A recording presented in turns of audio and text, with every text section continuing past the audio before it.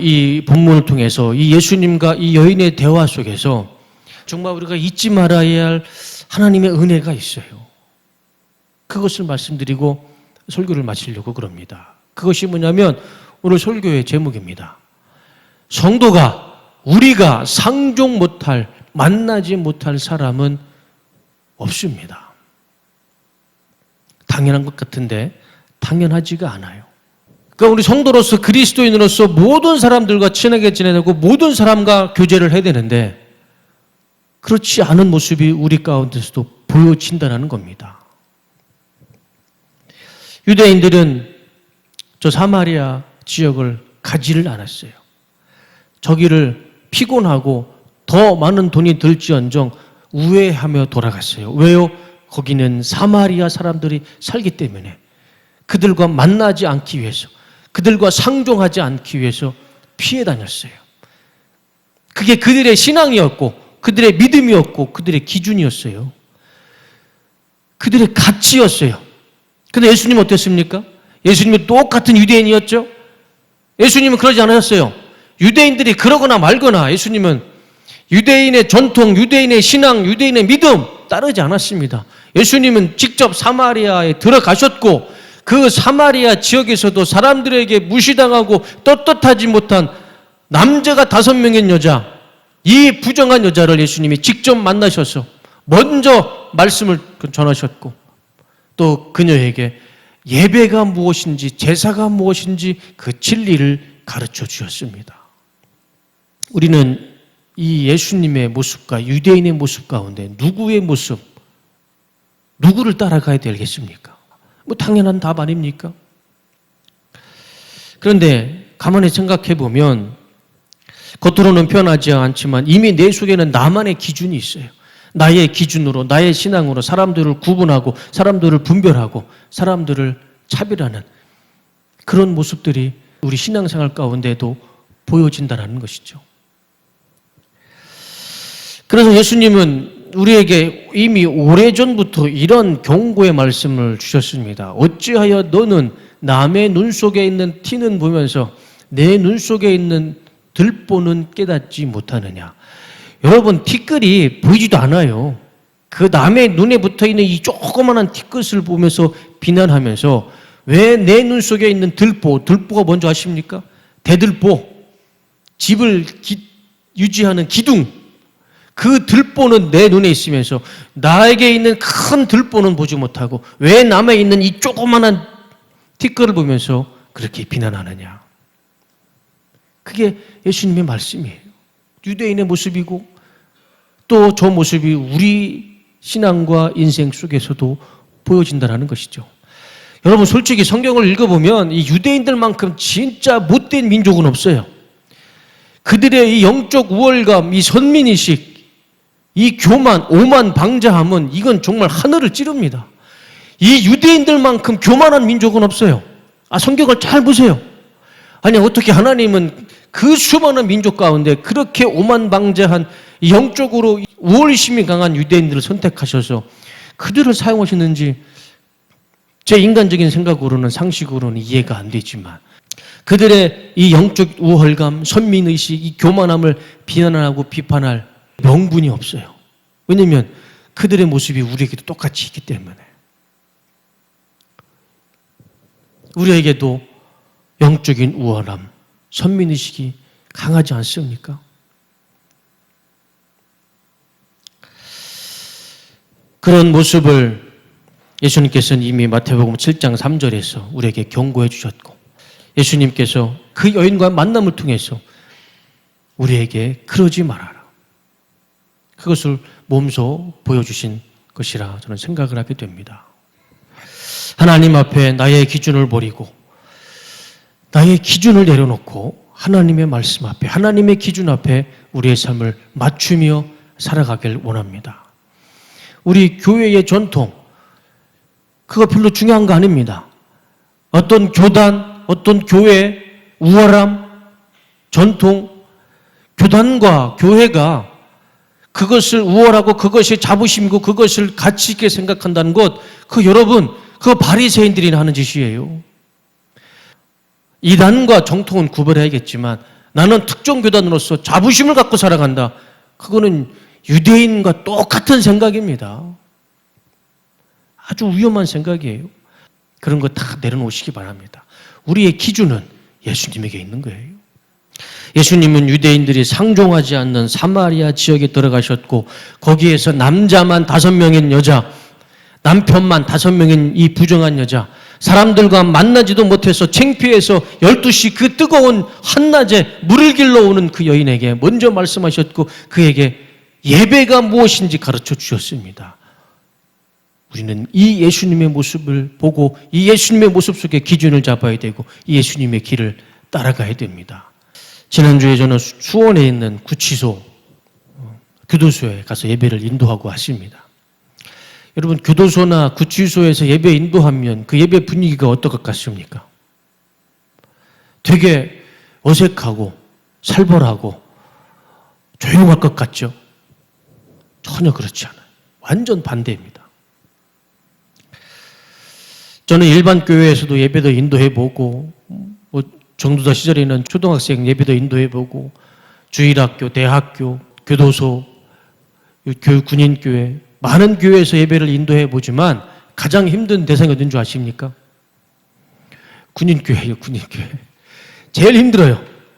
여러분 역지사지로 여러분들 입장에서 여러분들이 여기 서가지고 여러분들 앞에 설교한다고 생각해봐. 제일 힘들어요. 여러분들은 반응이 없어. 듣는 건지 아닌지 은혜를 받는 건지 아닌지. 근데 여러분 이 교도소는요 달라요. 교도소는 그 교도소 구치소에 앉아있는 사람들 마음 자세부터 달라요. 그들은 자신의 위치를 압니다. 자신의 처지를 알아요. 그래서 예배를 사모해야 합니다. 찬양을 불러도요 그냥 안 불러요. 크게 부릅니다. 설교 시간에 제가 설교를 잘하는 것도 아닌데 아멘 하면 그 아멘이라는 소리가 얼마나 큰지 몰라요. 그들이 뭐 신앙생활 했던 사람들이었겠습니까? 제가 그걸 어떻게 하느냐. 그들의 눈빛을 보면 알아요. 그들이 예배 드리는 자세, 태도를 보면 알아요. 왜? 그들은 이미 마음속에 이 수가성에 있는 여인처럼 그들은 하나님 앞에, 예수님 앞에 이미 낮아졌어요. 자신의 처지를 알고 있어요. 여사라고 그럽니다. 여자만 있는 교도소나 구치소는. 여사에 가면 이미 제가 들어가기도 전에 그들끼리 앉아서 박수를 치며 찬양을 부르고 있어요. 그런데 자기들끼리 모여서 찬송가를 펴놓고 찬양을 하면서 눈물을 흘리면서 예배를 준비하고 있어요. 거기에는 어린 여자부터 나이 드신 할머니까지 계세요. 옷 색깔이 달라요. 옷 색깔이 달라요.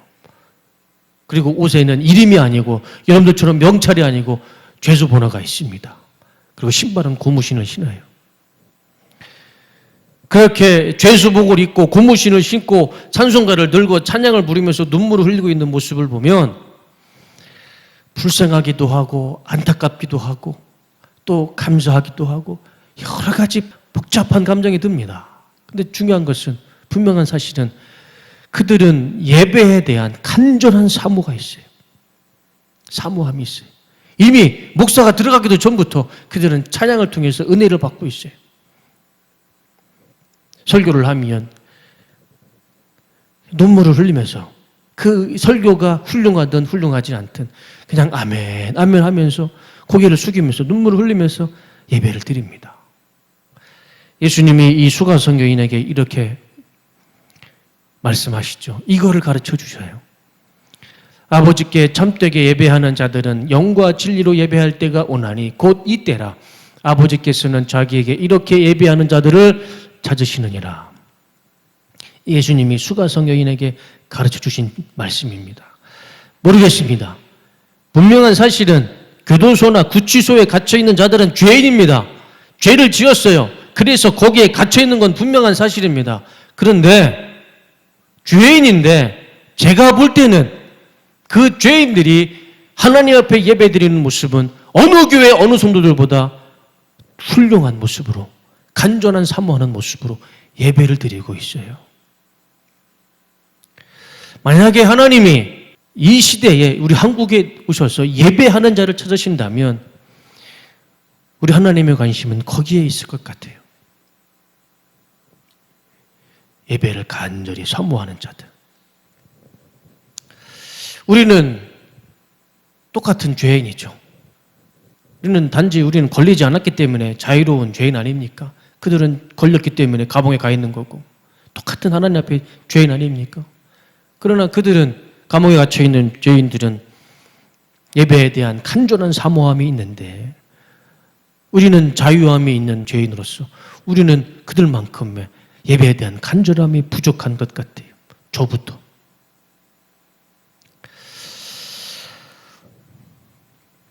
예수님은 3년의 공생애 동안 누구를 만나신 줄 아십니까? 예수님이 만난 대상은 정해져 있었어요. 예수님이 만난 대상은 권력자가 아니었습니다. 귀족이나 부자, 지식인들 아니에요.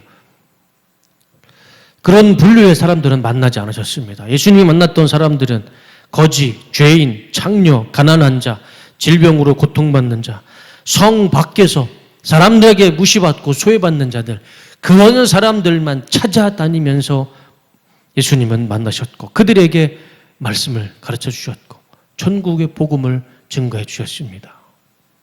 그게 예수님의 기준이셨어요.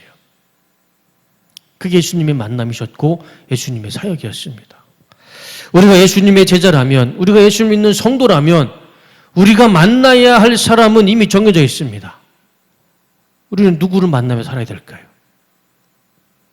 상종하지 못할 사람은 없다라는 것이죠. 오히려 세상 사람들에게 만나지 못한 무시당하는 사람들에게 우리는 오히려 더 그들에게 먼저 찾아가서 그들의 손을 잡아주고 그들과 함께 우리 교회, 우리 투어갈렙 교회 모토처럼 표어처럼 함께 울고 함께 웃으며 살아가야 할 줄로 믿습니다. 설교를 마치겠습니다. 우리는 하나님의 자녀입니다. 예수님의 자녀이고 예수님의 제자들입니다.